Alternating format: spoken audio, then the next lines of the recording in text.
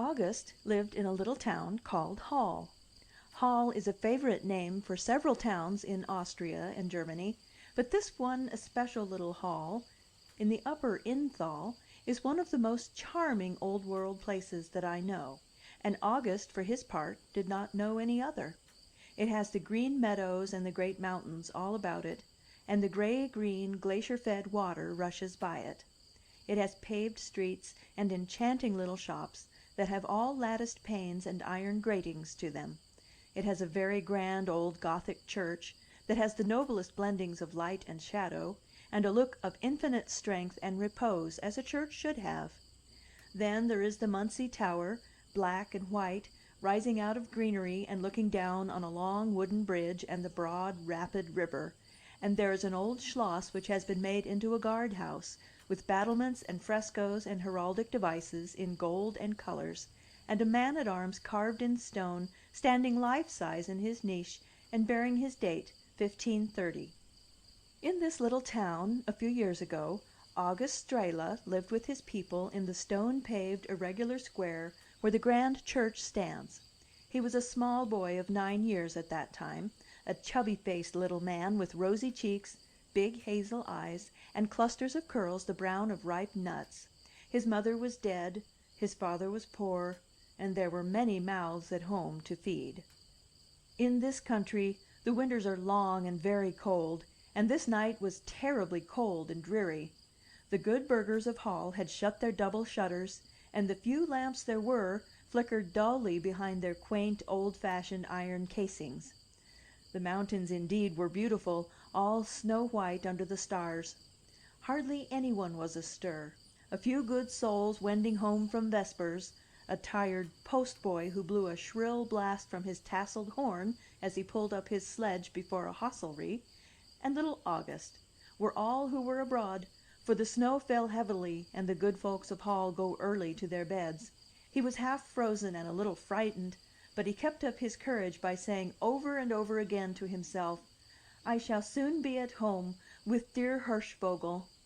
He went on through the streets into the place where the great church was, and where near it stood his father's house with the pilgrimage of the Three Kings painted on its wall. The snow outlined with white every gable and cornice of the beautiful old wooden houses. The moonlight shone on the gilded signs, the lambs, the grapes, the eagles, and all the quaint devices that hung before the doors.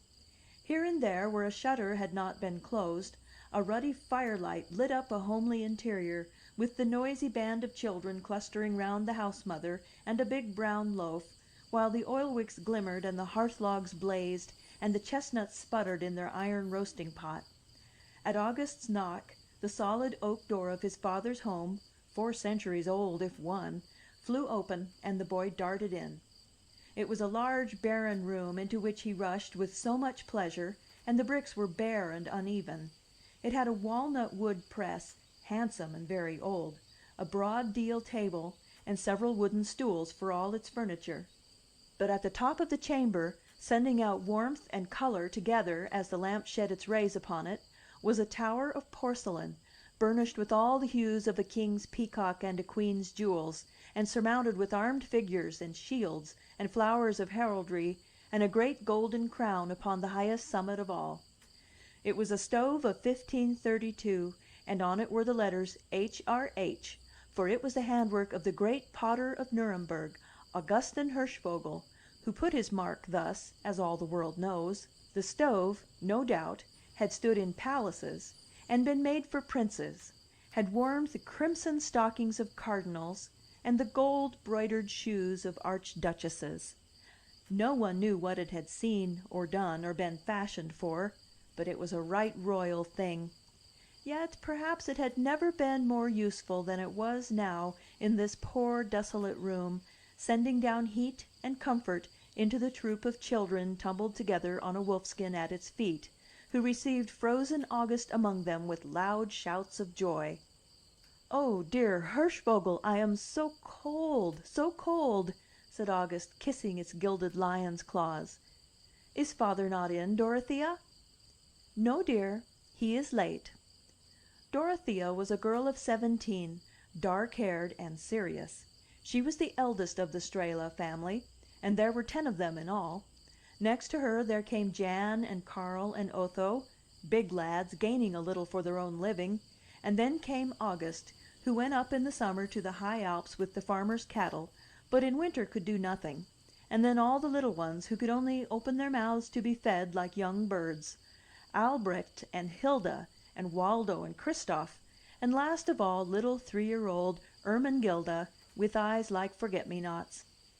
They were of that mixed race, half Austrian, half Italian, so common in the Tyrol. Some of the children were white and golden as lilies, others were brown and brilliant as fresh fallen chestnuts. The father was a good man, but weak and weary with so many to find food for and so little to do it with. He worked at the salt furnaces, and by that gained a few florins. Dorothea was one of those maidens who almost work miracles, so far can their industry and care and intelligence make a home sweet and wholesome, and a single loaf seem to swell into 20. The children were always clean and happy, and the table was seldom without its big pot of soup once a day. Still, very poor they were, and Dorothea's heart ached with shame, for she knew that their father's debts were many for flour and meat and clothing.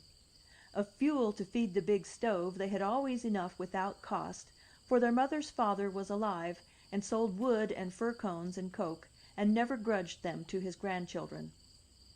"Father says we are never to wait for him. We will have supper, now you have come home, dear," said Dorothea.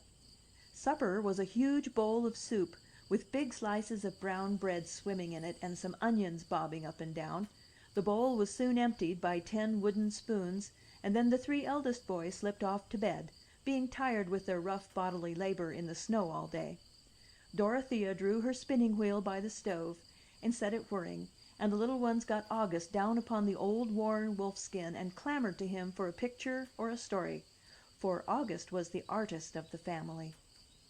He had a piece of planed deal that his father had given him, and some sticks of charcoal, and he would draw 100 things he had seen in the day, sweeping each other out with his elbow when the children had seen enough of it, and sketching another in its stead, faces and dogs' heads, and men in sledges, and old women in their furs, and pine trees, and cocks and hens, and all sorts of animals, and now and then, very reverently, a Madonna and Child. It was all very rough, for there was no one to teach him anything, but it was all lifelike, and kept the whole troop of children shrieking with laughter, or watching breathless, with wide open, wondering, awed eyes. They were all so happy. What did they care for the snow outside? Their little bodies were warm, and their hearts merry.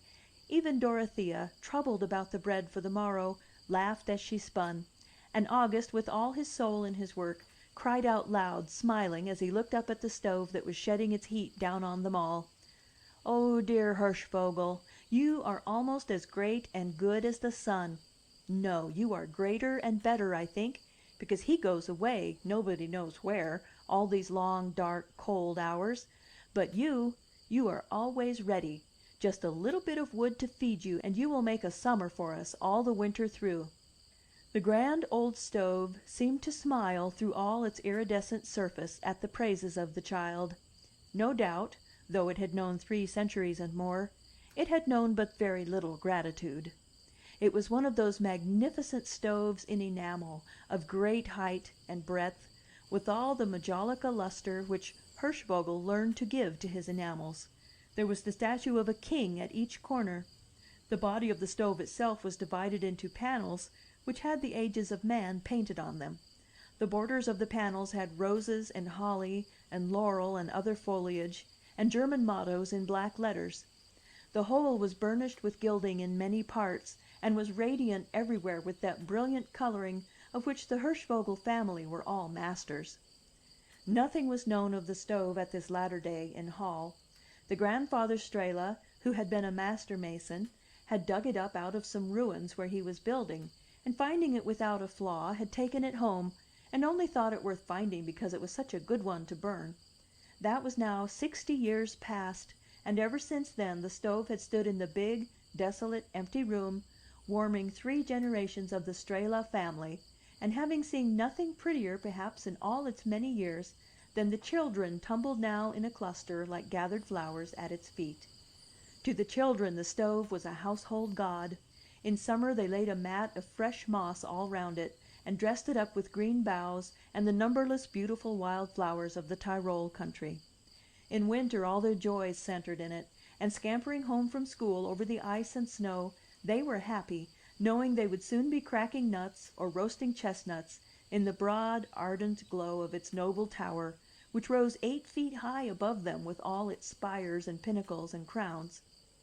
Once a traveling peddler had told them that the letters on it meant Augustin Hirschvogel, and that Hirschvogel had been a great German potter and painter in the city of Nuremberg, and had made many such stoves that were all miracles of beauty and of workmanship, putting all his heart and soul and faith into his labors, as the men of those earlier ages did, and thinking but little of gold or praise.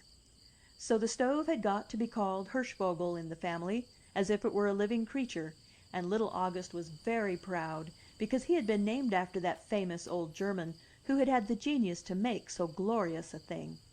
All the children loved the stove, but with August the love of it was a passion, and in his secret heart he used to say to himself, "When I am a man, I will make just such things too, and then I will set Hirschvogel in a beautiful room in a house that I will build myself. That is what I will do." For August, a salt baker's son and a little cowkeeper when he was anything, was a dreamer of dreams, and when he was upon the high Alps with his cattle, with the stillness and the sky around him, was quite certain that he would live for greater things than driving the herds up when the spring tide came among the blue sea of gentians, or toiling down in the town with wood and with timber as his father and grandfather did every day of their lives. He was a strong and healthy little fellow, fed on the free mountain air, and he was very happy, and loved his family devotedly, and was as active as a squirrel and as playful as a hare. But he was always thinking, thinking, thinking, for all that. August lay now in the warmth of the stove and told the children stories, his own little brown face growing red with excitement as his imagination glowed to fever heat. That human being on the panels had always had the most intense interest for August, and he had made not one history for him, but 1,000. He seldom told them the same tale twice. In the midst of their chatter and laughter, a blast of frozen air and a spray of driven snow struck like ice through the room, and reached them even in the warmth of the old wolfskins and the great stove. It was the door which had opened and let in the cold. It was their father who had come home. The younger children ran joyous to meet him. Dorothea pushed the one wooden armchair of the room to the stove, and August flew to set the jug of beer on a little round table, and fill a long clay pipe. For their father was good to them all, and they had been trained by the mother they had loved to dutifulness and obedience and a watchful affection. Tonight Karl Strehla responded very wearily to the young one's welcome, and came to the wooden chair with a tired step, and sat down heavily, not noticing either pipe or beer. He was a fair, tall man, gray before his time, and bowed with labor. "Take the children to bed," he said suddenly, and Dorothea obeyed. August stayed behind, curled before the stove. When Dorothea came down again, the cuckoo clock in the corner struck 8. She looked to her father and the untouched pipe, then sat down to her spinning, saying nothing. There was a long silence. The cuckoo called the quarter twice. August dropped asleep. Dorothea's wheel hummed like a cat. Suddenly Karl Strehla struck his hand on the table, sending the pipe on the ground. "I have sold Hirschvogel," he said, and his voice was husky and ashamed in his throat. The spinning wheel stopped. August sprang erect out of his sleep. "Sold Hirschvogel?" "I have sold Hirschvogel," said Karl Strehla in the same husky, dogged voice. "I have sold it to a traveling trader for 200 florins." "What would you? I owe double that. He saw it this morning when you were all out. He will pack it and take it to Munich tomorrow." Dorothea gave a low, shrill cry. "Oh, father! The children in midwinter!" She turned white as the snow without. August stood, half blind with sleep, staring with dazed eyes. "It is not true," he muttered. "You are jesting, father." Strehla broke into a dreary laugh. "It is true. Would you like to know what is true too? That the bread you eat and the meat you put in this pot, and the roof you have over your heads are none of them paid for, have been none of them paid for months and months. If it had not been for your grandfather, I should have been in prison all summer and autumn, and he is out of patience and will do no more now. Boy, you stare at me as if I were a mad dog. You have made a god of yon China thing. Well, it goes. Goes tomorrow. 200 florins, that is something. It will keep me out of prison for a little, and with the spring things may turn. August stood like a creature paralyzed. His eyes were wide open, fastened on his father's with terror and incredulous horror. His face had grown as white as his sister's. His chest heaved with tearless sobs. "It is not true!" he echoed stupidly. It seemed to him that the very skies must fall if they could take away Hirschvogel. They might as soon talk of tearing God's son out of the heavens. "You will find it true," said his father doggedly, and angered because he was in his own soul bitterly ashamed to have bartered away the heirloom and treasure of his race and the comfort of his young children. "The dealer has paid me half the money tonight, and will pay me the other half tomorrow. No doubt it is worth a great deal more, but beggars cannot be choosers. The little black stove in the kitchen will warm you all just as well. Who would keep a gilded, painted thing in a poorhouse like this, when one can make 200 florins by it? What is it when all is said? A bit of hardware much too grand-looking for such a room as this." August gave a shrill shriek and threw himself at his father's feet. "Oh, father!" he cried, his hands closing on Strehla's knees. "Oh, father, dear father, you cannot mean what you say. Send it away? Our life, our son, our joy, our comfort? Sell me, rather. But Hirschvogel, you must be in jest. You could not do such a thing. It is not a piece of hardware, as you say. It is a living thing, for a great man's thoughts and fancies have put life into it, and it loves us though we are only poor little children, and we love it with all our hearts and souls. Oh, listen.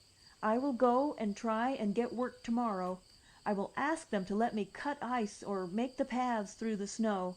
There must be something I could do, and I will beg the people we owe money to wait. They are all neighbors, they will be patient. But sell Hirschvogel? Oh, never, never, never! Give the florins back to the man. Oh, father, dear father, do hear me, for pity's sake." Strehla was moved by the boy's anguish. He loved his children, and their pain was pain to him. But stronger than emotion was the anger that August roused in him. He hated and despised himself for the barterer of the heirloom of his race, and every word of the child stung him with a stinging sense of shame, and he spoke in his wrath rather than in his sorrow. "You are a little fool," he said harshly, as they had never heard him speak. "Get up and go to bed. There is no more to be said. Children like you have nothing to do with such matters. The stove is sold and goes to Munich tomorrow. What is it to you? Be thankful I can get bread for you. Get on your legs, I say, and go to bed." Then Strehla took the oil lamp that stood at his elbow and stumbled off to his own chamber. August laughed aloud. Then all at once his laughter broke down into bitterest weeping. He threw himself forward on the stove, covering it with kisses, and sobbing as though his heart would burst from his bosom. What could he do? Nothing, nothing, nothing. "August, dear August," whispered Dorothea piteously, and trembling all over, for she was a very gentle girl, and fierce feeling terrified her. "August, do not lie there. Come to bed. In the morning you will be calmer. It is horrible indeed, but if it be Father's will—" "Let me alone," said August through his teeth, striving to still the storm of sobs that shook him from head to foot. "Let me alone. In the morning! How can you speak of the morning?" "Come to bed, dear," sighed his sister. "Oh, August, do not lie and look like that. You frighten me. Do come to bed." "I shall stay here." "Here? All night?" "They might take it in the night. Besides, to leave it now—" "But it is cold. The fire is out." "It will never be warm any more, nor shall we." All his childhood had gone out of him.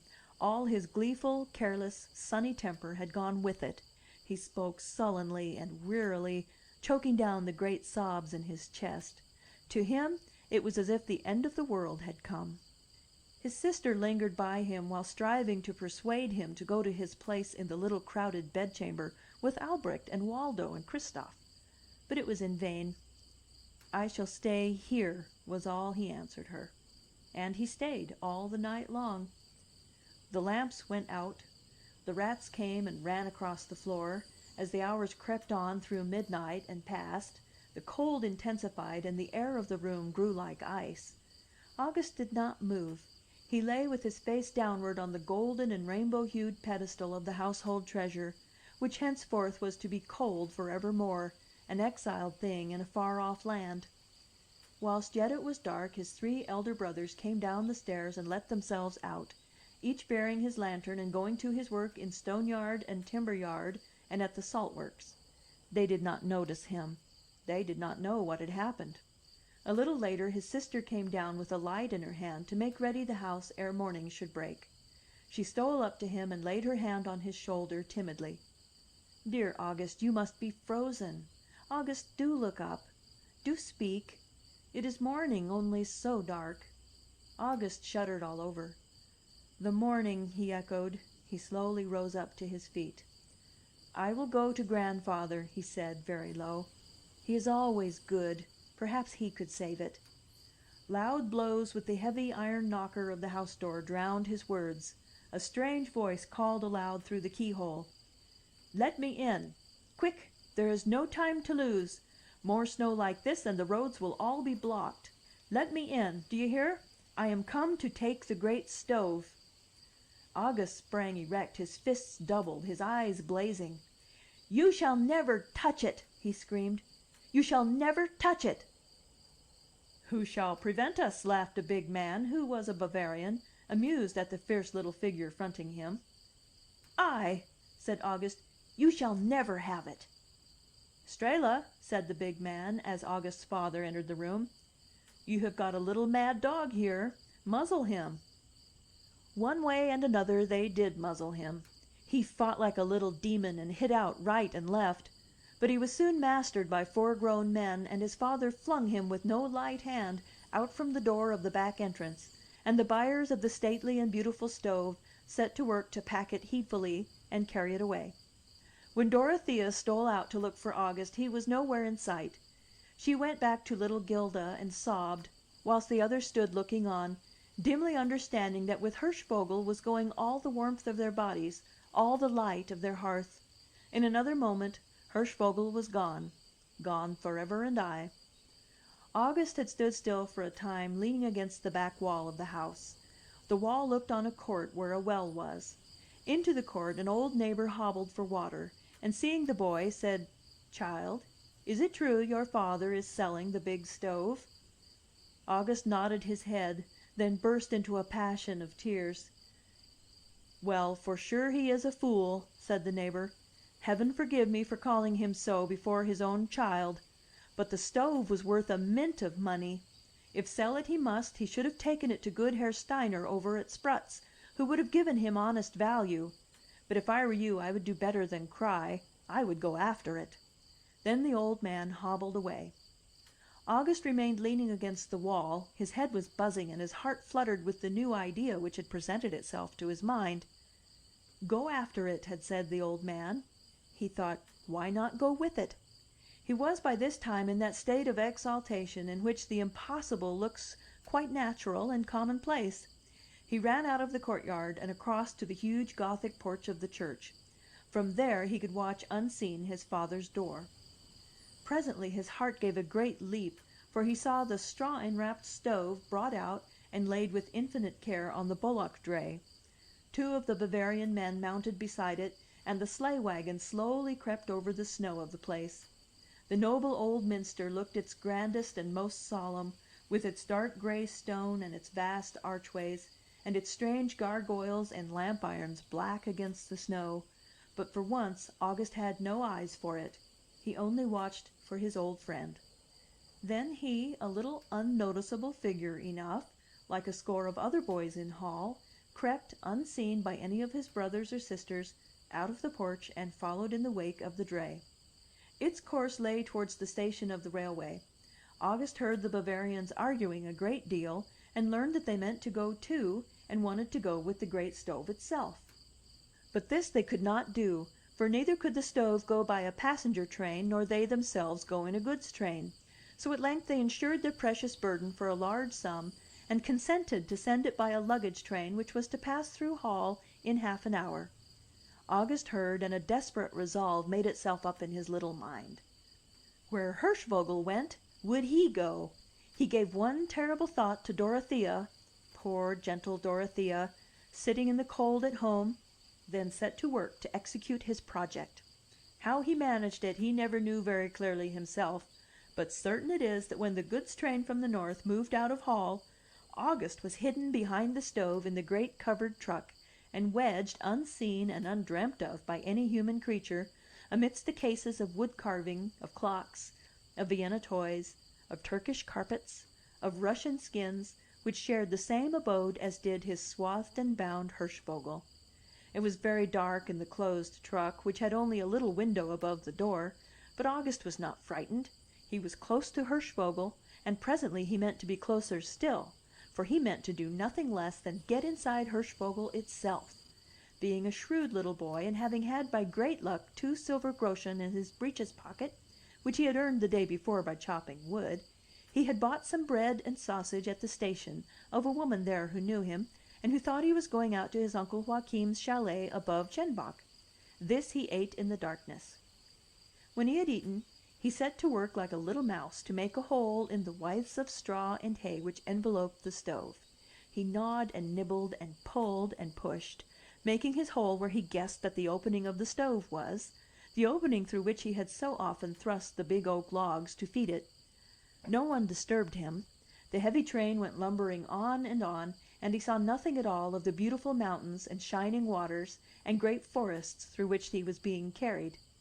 He was hard at work getting through the straw and hay and twisted ropes, and at last he found the door of the stove, which he knew so well, and which was quite large enough for a child of his age to slip through.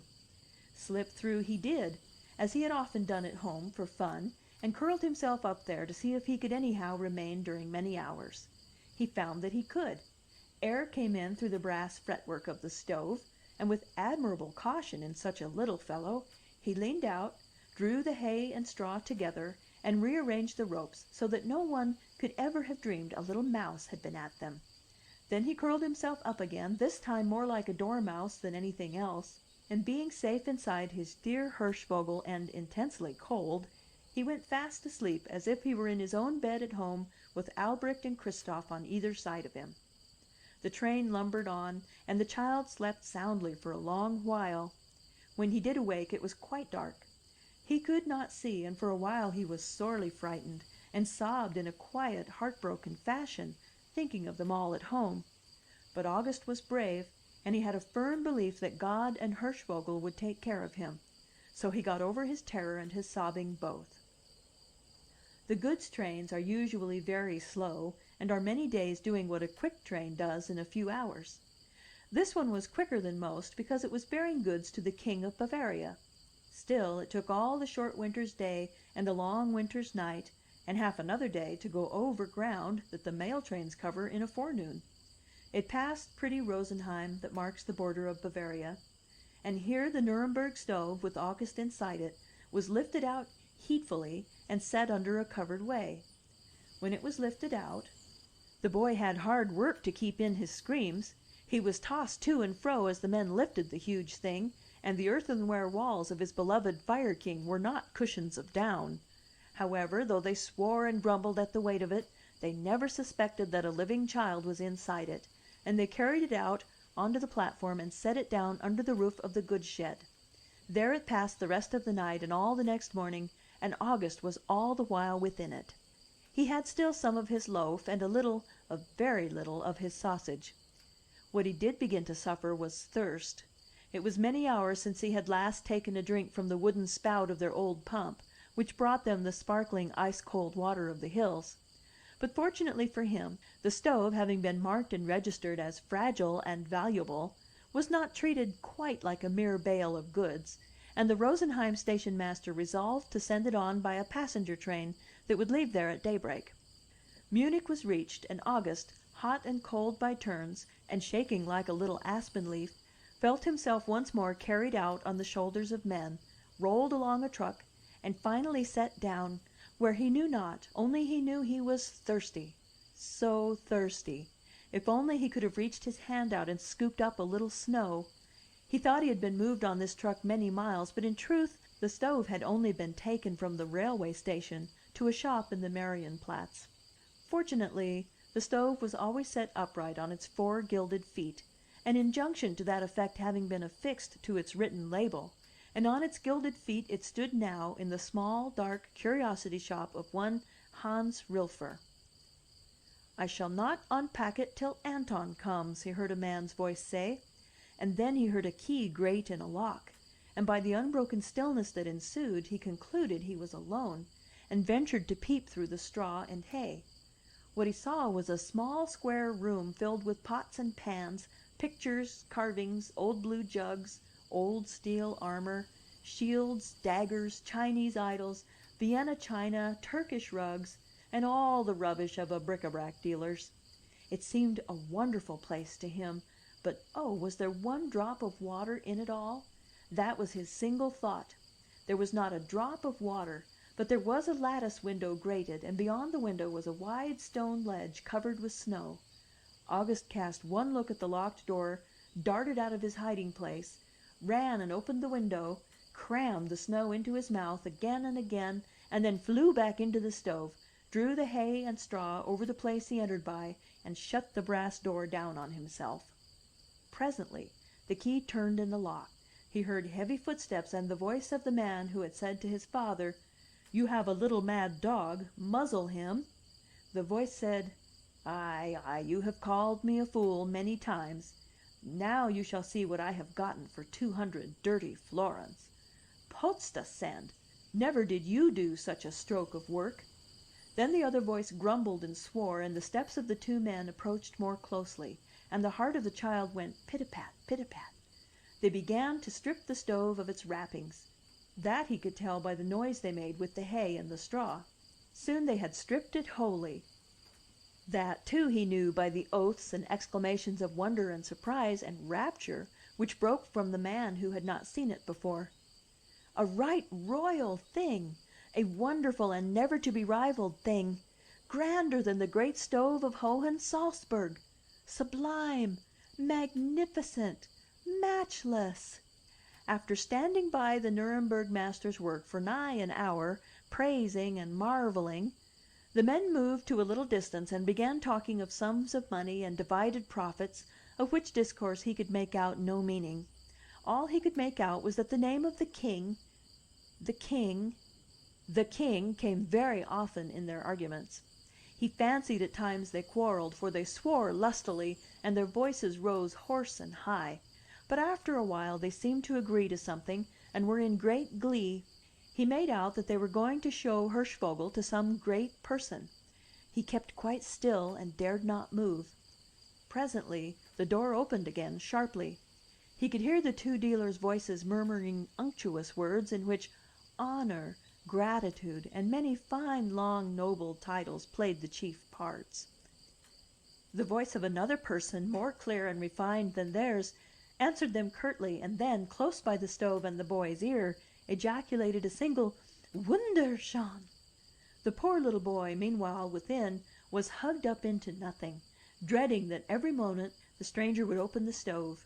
And open it truly he did, and examined the brasswork of the door, but inside it was so dark that crouching August passed unnoticed, screwed up into a ball like a hedgehog as he was.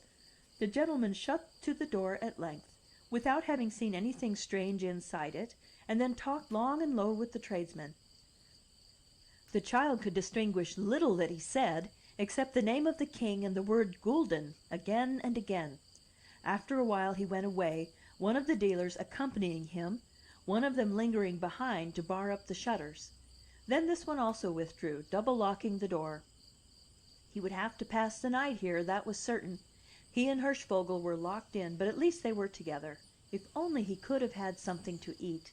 He thought with a pang of how at this hour at home they ate the sweet soup, sometimes with apples in it from Aunt Maila's farm orchard, and sang together, and listened to Dorothea's reading of tales, and basked in the glow that beamed on them from the great Nuremberg fire king. After a time he dropped asleep. Midnight was chiming from all the brazen tongues of the city when he awoke, and all being still, ventured to put his head out the door of the stove to see why such a strange bright light was round him. What he saw was nothing less than all the bric-a-brac in motion. A big jug was solemnly dancing a minuet with a plump fans ajar. A tall Dutch clock was going through a gavotte with a spindle-legged ancient chair. An old violin of cremola was playing itself. A queer, shrill, plaintive music that thought itself merry came from a painted spinet covered with faded roses, and a Japanese bronze was riding along on a griffin. A great number of little Dresden cups and saucers were all skipping and waltzing. The teapots with their broad round faces were spinning their own lids like teetotums, and a little Saxe poodle with a red ribbon at its throat was running from one to another. August looked on at these mad freaks and felt no sensation of wonder. He only, as he heard the violin and the spinet playing, felt an irresistible desire to dance too. No doubt his face said what he wished, for a lovely little lady, all in pink and gold and white, with powdered hair and high-heeled shoes, and all made of the very finest and fairest Meissen china, tripped up to him and smiled and gave him her hand and led him out to a minuet. "I am the Princess of Saxe Royale," she said with a smile. Then he ventured to say to her, "Madam, my princess, could you tell me kindly why some of the figures dance and speak, and some lie up in a corner like lumber? Is it rude to ask?" "My dear child," said the powdered lady, "is it possible that you do not know the reason? Why, those silent, dull things are imitation. Lies, falsehoods, fabrications. They only pretend to be what we are. They never wake up. How can they? No imitation ever had any soul in it yet." Then from where the great stove stood there came a solemn voice. All eyes turned upon Hirschvogel, and the heart of its little human comrade gave a great jump of joy. At last he would hear Hirschvogel speak. "My friends," said that clear voice from the turret of Nuremberg faience, "we were made in days when men were true creatures, and so we, the work of their hands, were true too. We derive all the value in us from the fact that our makers wrought at us with zeal, with integrity, with faith, not to win fortunes, but to do nobly an honest thing and create for the honor of the arts and God. I see amidst you a little human thing who loves me and in his own childish way loves art. Now I want him forever to remember that we are what we are, and precious in the eyes of the world, because centuries ago those who were of single mind and of pure hand so created us, scorning sham and haste and counterfeit. Well do I recollect my master, Augustin Hirschvogel. He led a wise and blameless life, and wrought in loyalty and love, and made his time beautiful thereby. For many, many years I, once honored of emperors, dwelt in a humble house, and warmed in successive winters 3 generations of little, cold, hungry children. When I warmed them, they forgot that they were hungry.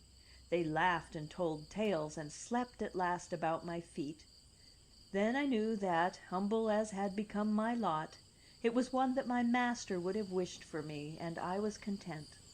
That was better than to stand in a great hall of a great city, cold and empty, even though wise men came to gaze, and throngs of fools gaped, passing with flattering words. Where I go now, I know not, but since I go from that humble house where they loved me, I shall be sad and alone." Then the voice sank away in silence, and a strange golden light that had shone on the great stove faded away. A soft, pathetic melody stole gently through the room. It came from the old, old spinet that was covered with the faded roses. Then that sad, sighing music of a bygone day died too. The clocks of the city struck 6 of the morning.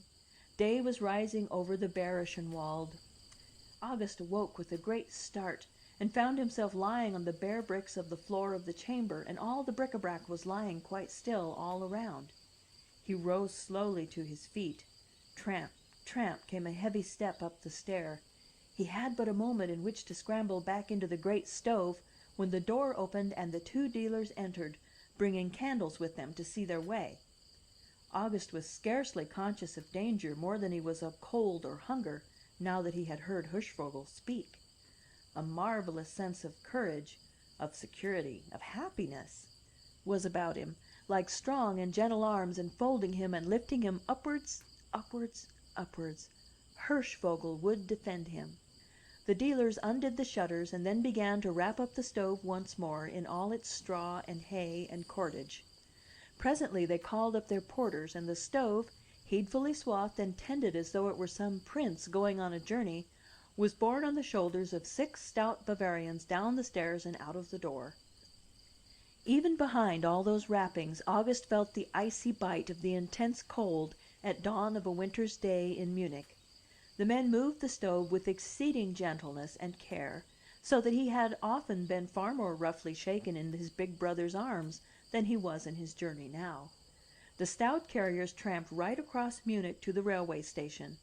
Whether for a long or a short journey, whether for weal or woe, the stove, with August still within it, was once more hoisted up into a great van, but this time it was not all alone, and the 2 dealers, as well as the 6 porters, were all with it. Though the men grumbled about the state of the roads and the season, they were hilarious and well content, for they laughed often, and August, like a shrewd little boy as he was, thought to himself with a terrible pang, "They have sold Hirschvogel for some great sum. They have sold him already." It is but an hour and a quarter that the train usually takes to pass from Munich to the Worm Sea or the Lake of Starnberg. But this morning the journey was much slower because the way was encumbered by snow. When it did reach Passenhofen and stop, the stove was lifted out once more. August could see through the fretwork of the brass door that this Worm Sea was a calm and noble piece of water, with low wooded banks and distant mountains, a peaceful, serene place, full of rest. Before he had time to get more than a glimpse of the green gliding surface, the stove was again lifted up and placed on a large boat that was in waiting. The boat then moved across the lake to Leoni. Presently they touched the pier at Leoni. "Now, men, for a stout mile and half," said one of the dealers to his porters, who, stout, strong men as they were, showed a disposition to grumble at their task. Encouraged by large promises, they shouldered sullenly the Nürnberg Stove, grumbling again at its preposterous weight, but little dreaming that they carried within it a small, panting, trembling boy. The way the men took was a mile and a half in length, but the road was heavy with snow, and the burden they bore was heavier still.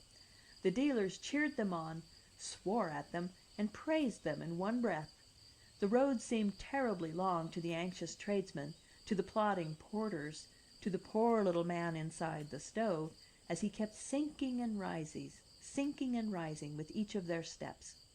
Where they were going he had no idea, only after a very long time he lost the sense of the fresh, icy wind blowing on his face through the brasswork above, and felt by their movements beneath him that they were mounting steps or stairs. Then he heard a great many different voices, but he could not understand what was being said. He felt that his bearers paused some time and then moved on and on again. Their feet went so softly he thought they must be moving on carpet, and as he felt a warm air come to him, he concluded that he was in some heated chambers. What he fancied was that he was in some museum, like that which he had seen in the city of Innsbruck. The voices he heard were very hushed, and the steps seemed to go away, far away, leaving him alone with Hirschvogel. He dared not look out, but he peeped through the brasswork, and all he could see was a big carved lion's head in ivory, with a gold crown atop. It belonged to a velvet fauteuil, but he could not see the chair, only the ivory lion.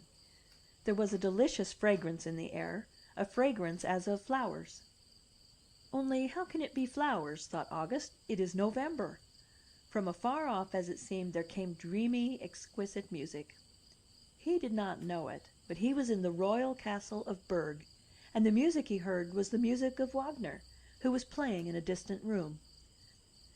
Presently he heard a fresh step near him, and he heard a low voice say, close behind him, "So," an exclamation, no doubt, of admiration and wonder at the beauty of Hirschvogel. Then the same voice said, after a long pause, during which, as August thought, this newcomer was examining all the details of the wondrous fire tower, "It was well bought. It is exceedingly beautiful. It is undoubtedly the work of Augustin Hirschvogel." Then the hand of the speaker turned the round handle of the brass door, and the fainting soul of the poor little prisoner within grew sick with fear. The door was slowly drawn open, someone bent down and looked in, and the same voice called aloud in surprise, "What is this in it? A live child!"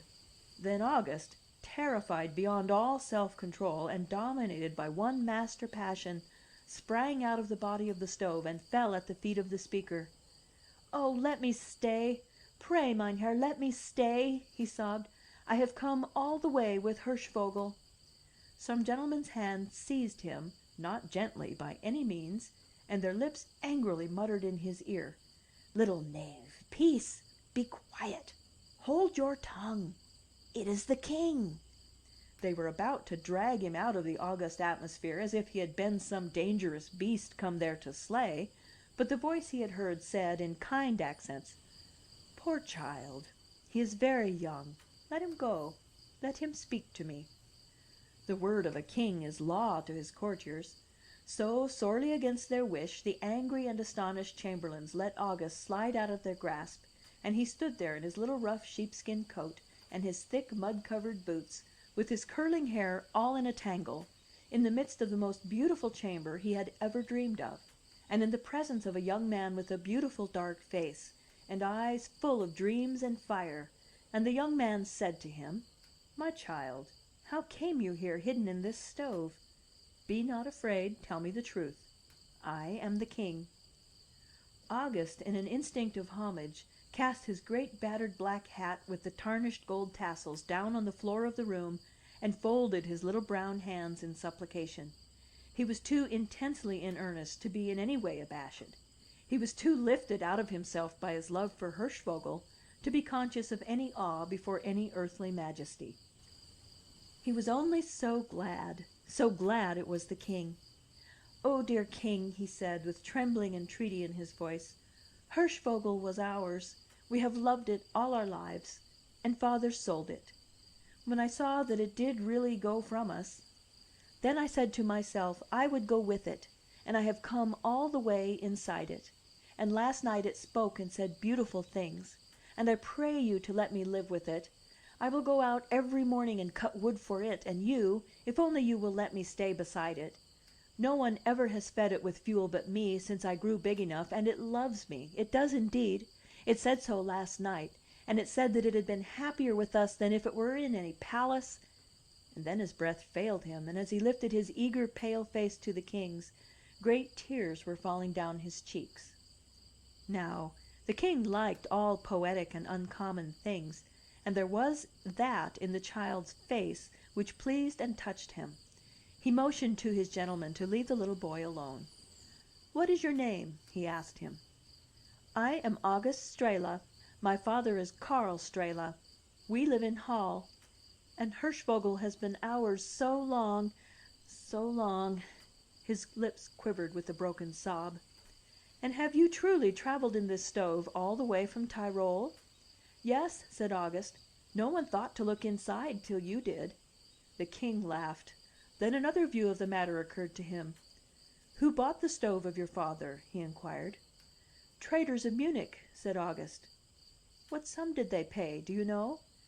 200 florins, said August with a great sigh of shame. "It was so much money, and he is so poor, and there are so many of us." The king turned to his gentleman in waiting. "Did these dealers of Munich come with the stove?" He was answered in the affirmative. He desired them to be sought for and brought before him. As one of his chamberlains hastened on the errand, the monarch looked at August with compassion. "You are very pale, little fellow. When did you eat last?" I had some bread and sausage with me. Yesterday afternoon I finished it." "You would like to eat now?" "If I might have a little water, I would be glad. My throat is very dry." The king had water and wine brought for him, and cake also. But August, though he drank eagerly, could not swallow anything. His mind was in too great a tumult. "May I stay with Hirschvogel?" he said, with feverish agitation. "Wait a little," said the king, and asked abruptly, "What do you wish to be when you are a man?" "A painter. I wish to be what Hirschvogel was. I mean, the master that made my Hirschvogel." "I understand," said the king. Then the two dealers were brought into their sovereign's presence. They were so terribly alarmed, not being either so innocent or so ignorant as August was, that they were trembling as though they were being led to the slaughter, and they were so utterly astonished, too, at a child having come all the way from Tyrol in the stove, as a gentleman of the court had just told them this child has done, that they could not tell what to say or where to look, and presented a very foolish aspect indeed. "Did you buy this stove of this boy's father for 200 florins?" the king asked, and his voice was no longer soft and kind as it had been when addressing the child, but very stern. "Yes, your majesty," murmured the trembling traders. "And how much did the gentleman who purchased it for me give to you?" 2,000 ducats, your majesty," muttered the dealers, frightened out of their wits and telling the truth in their fright. "You will give at once to this boy's father the 2,000 gold ducats that you received, less the 200 Austrian florins that you paid him," said the king. "You are great rogues. Be thankful that you are not more greatly punished." He dismissed them by a sign to his courtiers. August heard and felt dazzled, yet miserable. 2,000 gold Bavarian ducats for his father! Why, his father would never need to go any more to the salt baking. And yet, whether for ducats or for florins, Hirschvogel was sold just the same, and would the king let him stay with it? Would he? "Oh, do, please do," he murmured, joining his little brown, weather-stained hands and kneeling before the young monarch. He looked down on the child and smiled once more. "Rise up, my little man," he said in a kind voice. "Kneel only to your God. Will I let you stay with your Hirschvogel? Yes, I will. You shall stay at my court, and you shall be taught to be a painter. You must grow up worthily, and win all the laurels at our schools of art, and if when you are 21 years old you have done well and bravely, then I will give you your Nürnberg stove. And now go away with this gentleman, and be not afraid, and you shall light a fire every morning in Hirschvogel, but you will not need to go out and cut the wood." Then he smiled and stretched out his hand. The courtiers tried to make August understand that he ought to bow and touch it with his lips, but August could not understand that anyhow. He was too happy. He threw his 2 arms about the king's knees and kissed his feet passionately. August is only a scholar yet, but he is a happy scholar, and promises to be a great man. Sometimes he goes back for a few days to Hall, where the gold ducats have made his father prosperous. In the old house room there is a large white porcelain stove of Munich, the king's gift to Dorothea and Gilda. And August never goes home without going into the great church and saying his thanks to God, who blessed his strange winter's journey in the Nuremberg stove. As for his dream in the dealer's room that night, he will never admit that he did dream it. He still declares that he saw it all and heard the voice of Hirschvogel. And who shall say that he did not? For what is the gift of the poet and the artist, except to see the sights which others cannot see, and hear the sounds that others cannot hear?